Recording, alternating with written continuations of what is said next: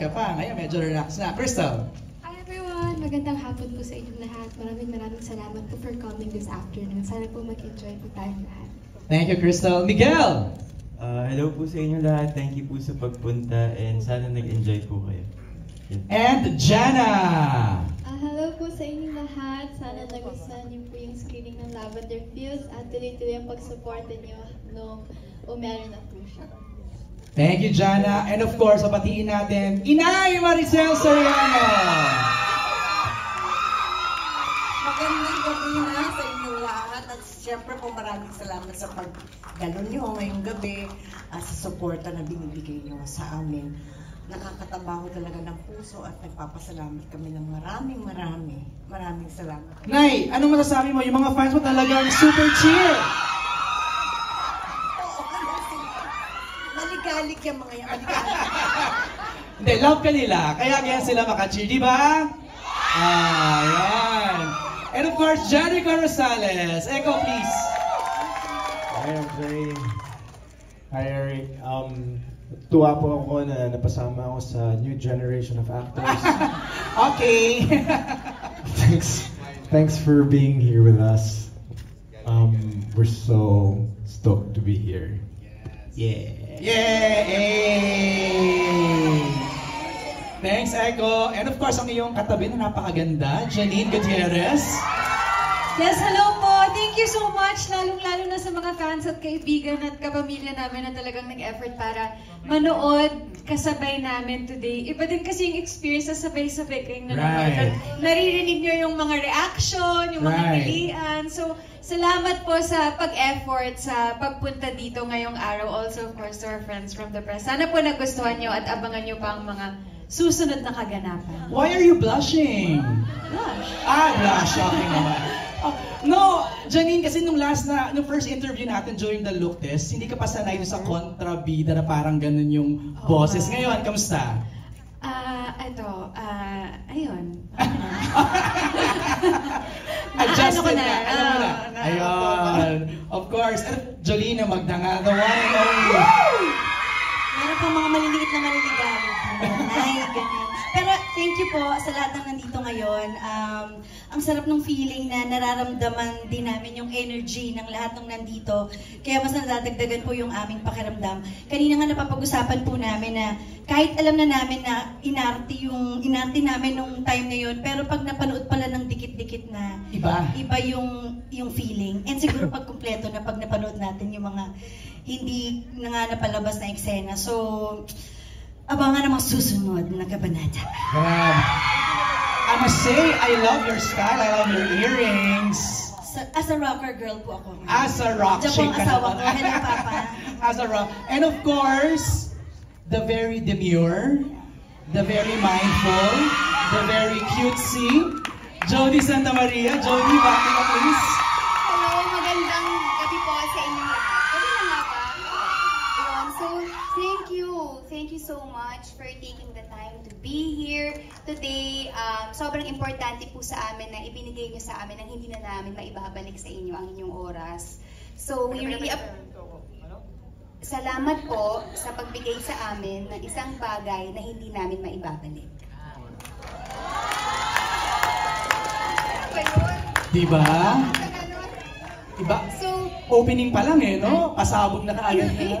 So, thank you. We just want to show our appreciation po sa inyong lahat, sa bawat soul na nandito ngayong gabi, sa aming mga pamilya, sa aming mga walang sawang taga-suporta, at syempre sa aming mga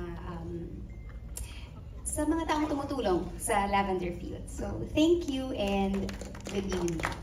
Alright, simulan na natin ang ating media conference. Siguro, first question is, how does it feel seeing it? Up on the big screen, kahit na medyo special edit siya, ano na yung pakiramdam? Whoever wants to answer. Jody. It feels, parang different. It's like you're watching, a film or a series na hindi ikaw yung nag-play na actor. May ganun? I mean, ganun siya nag-strike sa akin because I don't really watch my, yung pag nagpe-playback after ng mga scenes, hindi ako nanonood. Sa monitor, hindi na? Oo, kasi naiilang ako. Okay. So parang feeling ko, parang ginod naman na ni Drex, so I trust okay naman yung ginawa ko. So ngayon, pag binuo mo na siya, pinagtikit-tikit mo na siya, kasi parang pieces of puzzle yan eh. Right. Pag ginagawa namin, hindi naman namin siya sinushoot chronologically. Pero ngayon, pag nakita mo yung may mga moments na parang shocks, parang it's as if hindi mo alam na yun yung mangyayari. Parang bago sa'yo lahat, ang fresh. Sa mga directors natin, ano ba nga pakiramdam seeing it in big screen? Lahat ng yung pinaghirapan, Direk Manny. Of course, napanood na namin to while the series was being edited. Pero iba talaga kapag nakita mo siya, napakalaki. No, tama yung sabi ni Jody, di ba? Nag-iba yung pakiramdam mo when you're inside the cinema. And of course, again, I encourage people to watch it again sa TV. Kasi iba rin naman yung experience when you're watching in the comforts of your own homes, di ba? At kanina, ang naano ko lang, nagpa-flashback yung mga, alam ko, I think first sequence natin, on our first day. Ito yung nangyari, anong kinuunan to, ang eksena to. Ang daming memories din na bumabalik while at the same time trying to immerse myself in the subduing pleasure na first time ko makikita on a big screen yung aming project. Jericho? It's a mix of personal and I guess with the experience of sa lahat ng tao na dito, I guess we should also ask them how enjoyable it is to see the performances on a much bigger screen. Na-enjoy niyo ba lahat? Masarap, di ba? Masarap panoorin yung performances ng lahat na nakita mo sa big screen. But for me this year, my wish was to see my face on a big screen, and thank you, Lord. Eto na! But yeah, like just watching it with everybody, and then us artists, masarap pakiramdam na appreciate yung bawat kibot na ginagawa namin sa set. So we're just filled with appreciation, and of course it's all about entertainment, and we're so entertained, excited, and thrilled. So thanks for the experience. Gusto ko tanongin kasi yung sa part na naabutan ko, yung naghahabulan na, yung parang papatayin na si Jody. Anong reaction niyo, Janine? Tapos si Lobas din, si Inay Maria, na pag yung bawat labas ninyo nakikisigaw, naririnig niyo yung sigawan at hiyawan ng mga audience. Janine? Sobrang saya. Tsaka, same as Ate Jody, na parang nakakalimutan mo din na ikaw yun, in a way. Na parang immersed ka sobra sa kwento, tapos sobrang action, tapos parang ako din napapatili eh. Pasensya na sa mga nasa likod ko, Miss Kylie. Pero sobrang exciting kasi to see it all parang in its final form. Right. Tapos na marinig na yung katabi mo na excite or parang gano'n. Sobrang exciting. Tsaka ako nainis talaga ako kay Tyrone kasi nakita ko yung mga pinagagawa niya habang nandun si Iris sa bahay. Saan ba to? Hindi ko na alam nararamdaman ko. Ang saya. Go ahead. Eko, you wanna say something? Hindi na, okay lang. Sometimes I have to stop myself. Nay, ikaw, Nay Maria. Yung taghiyawan sila sa'yo kanina. Sabi ko, ayan. Wala naman. Ala ka. Okay, hinahon. Ang mga puso natin.